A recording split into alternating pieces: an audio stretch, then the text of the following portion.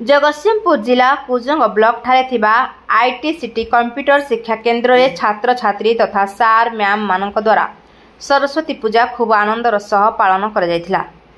पूजा पूर्व दिन छात्र छात्री माने मिसी अनुष्ठान को खूब सुंदर भावरे सजाइबा सह पूजा पई आवश्यक सामग्री मान प्रस्तुत करथिले एवं अनुष्ठान मुख्य राकेश कुमार बारिक आसी पिलामानकु सहयोग करथिले।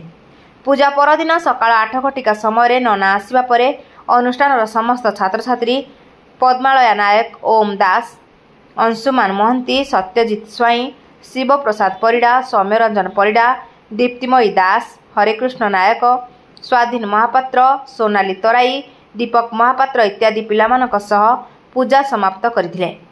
प्रतिवर्ष भली ए वर्ष मध्य सभा शेष प्रसाद सेवन करी घर को फेरिथिले।